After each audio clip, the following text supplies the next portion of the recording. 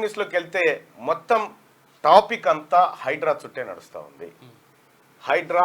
హైడ్రాకు విపరీతమైనటువంటి ప్రజల మద్దతు దొరకడం, ప్రభుత్వం కూడా ఇప్పుడు ఒక రకంగా చెప్పాలంటే ముందుకు బొమ్మని చెప్పింది కానీ మళ్ళీ వెనక్కి లాగే పరిస్థితిలో లేనటువంటి అనివార్యత తప్ప మళ్ళీ వచ్చే పరిస్థితి కనిపిస్తుంది. ఎందుకంటే ఇక్కడ ఒక సంక్లిష్టమైన పరిస్థితి క్రియేట్ అయిపోయింది. ఎంఐఎం పార్టీకి సంబంధించినటువంటి అక్బరుద్దీన్ ఓవైసీ, అసదుద్దీన్ ఓవైసీ, వాళ్ళకి సంబంధించిన ఫాతిమా కాలేజ్ ఆ సిర్లనే ఉంది. ఆ బండ్ల కూడా కాడ మధ్యలో పాడైంది, అది నడిమిట్లుంది. అదొక మన బోట్ యార్డ్ లెక్క ఉంటుంది. అది చూస్తామంటే బోటింగ్ ఏరియా లెక్క.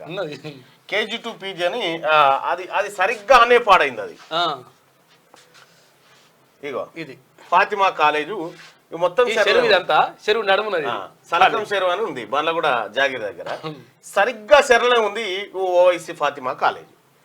ఇప్పుడు దీని సంగతి ఏంది అనేటువంటి ఒక పరిస్థితి ఏర్పడ్డది. అయితే ఈ ఫాతిమా కాలేజ్ ఇది వరకు మనం ఓల్డ్ మ్యాప్ ఎట్లా చూడొస్తుంది? ఓల్డ్ మ్యాప్ మరి మ్యాప్ వస్తుంది కానీ ఓల్డ్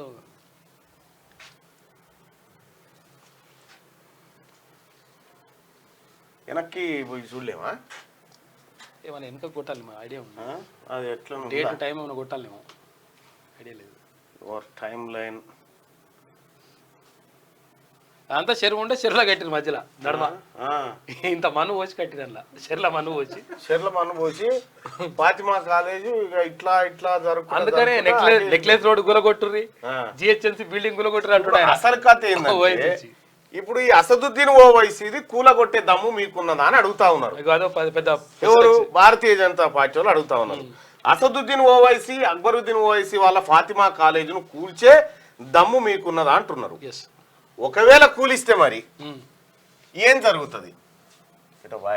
ఫాతిమా కాలేజ్, ఈ ఫాతిమా కాలేజీను కూల్చేటువంటి అవకాశం ఉంది. ఇదంతా చెరువే, చెర్లకే వెళ్ళిపోయింది అనుకో. రాదు, చెర్ల మన్ను పోసిరు అంతే. చెర్ల మన్ను పోసిరు, నోట్లే మన్ను కాదు, చెర్ల మన్ను పోసిరు. Fatima college KG to PG దాకా ఉంది ఇప్పుడల్లా.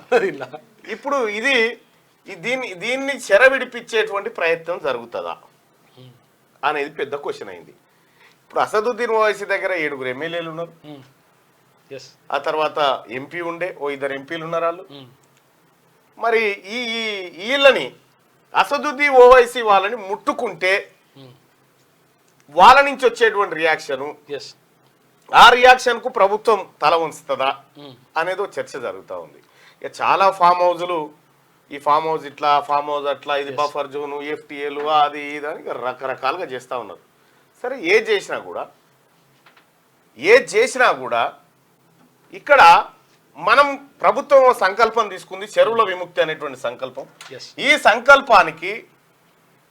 సంకల్పానికి కట్టుబడి పని పూర్తి చేస్తారా, మధ్యలోనే వదిలేస్తారా అనేటువంటి ప్రశ్నగా మిగిలిపోయింది ఇప్పుడు.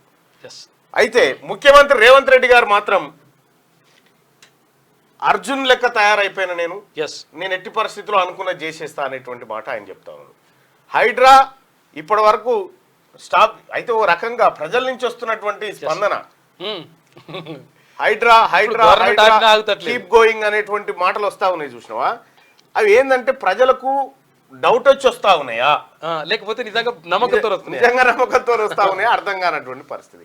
మొత్తానికి హైడ్రా ఒక సంచలనంగా మారింది. ప్రతి జిల్లా మా జిల్లాకు హైడ్రా రావాలని చెప్పి చెప్తా ఉన్నారు. ఇప్పుడు హైదరాబాద్ లో చెరువు కుంటలు కబ్జా పెట్టినట్టు అన్ని చోట్ల పెట్టిండ్రు. కాబట్టి అన్ని చోట్లకు హైడ్రా దిగాలి, హైడ్రా తన పనితనాన్ని చూపెట్టాలని ప్రజలందరూ కోరుకుంటా ఉన్నారు. ఓ రకంగా చెప్పాలంటే రంగనాథ్ గారు ఇప్పుడు ప్రజలకు ఒక దేవుని లెక్క చూస్తున్నాడు. ఇక ఆయన దిక్కే చూస్తా ఉన్నారు. రంగనాథ్ గారు ఆయన తీసుకునే నిర్ణయాలు, ఆయన చేసేటువంటి చర్చల మీదనే ప్రజలందరూ చూస్తా ఉన్నారు. ఆఖరికి హైడ్రా ట్విట్టర్ అకౌంట్ కూడా ఓపెన్ చేసినట్టు దెబ్బకు వచ్చి అది వేలలో వచ్చి పడ్డది.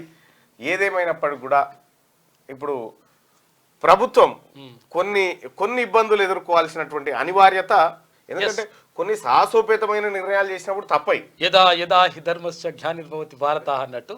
అయితే ఎక్కడ అన్యాయం జరిగినప్పుడు, అక్రమాలు జరిగినప్పుడు భగవద్గీతలు ఏం చెప్తారంటే అర్జునుడు వచ్చి చెప్తాడు. అంటే ఇప్పుడు ఆయన రేవంత్ రెడ్డి చెప్పింది ఏంటంటే అర్జునుడు వచ్చి అంటారు అన్నట్టు, అరే వాళ్ళు చూస్తే మా తమ్ముడే ఉన్నాడు, ఇక్కడ చూస్తే మా అన్నలే ఉన్నారు, ఇక్కడ చూస్తే మా పెద్ద ఉన్నాడు, ఆడ చూస్తే మా తాత ఉన్నాడు, వీళ్ళని దంపాలి నాన్నేని అంటాడు. అరే అట్లా కాదురా నాయన, నువ్వు ఎవరినైనా దంపాల్సిందే, ఇది రాజ్యం రావాలంటే బరాబర్ సంపాల్సిందే, ధర్మ సంరక్షణ జరగాలంటే నువ్వు దంపాలంటాడు అన్నట్టు. అంటే అదే భగవద్గీత చెప్తుంది. ఇక్కడ కూడా సంభవామి యుగే యుగే.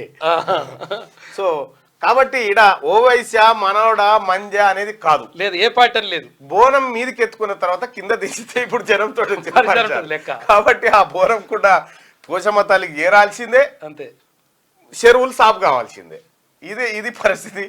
ఇప్పుడు వాస్తవానికి కూడా ప్రభుత్వం విన్నా ప్రజలు వినే పరిస్థితిలో లేరు. ప్రభుత్వం పైన నమ్మకము, ప్రభుత్వం పైన విశ్వాసం అనేది ఈ హైడ్రా చేసేటువంటి పనుల మీద ఆధారపడి ఉంటుంది. సో మరి దానికి మార్గాలు ఉంటాయి, కోర్టుకు పోయో ఆపో హైడ్రాని రకరకాలుగా ఆ ఉపాయాలు అవి వేరే ఉంటాయి.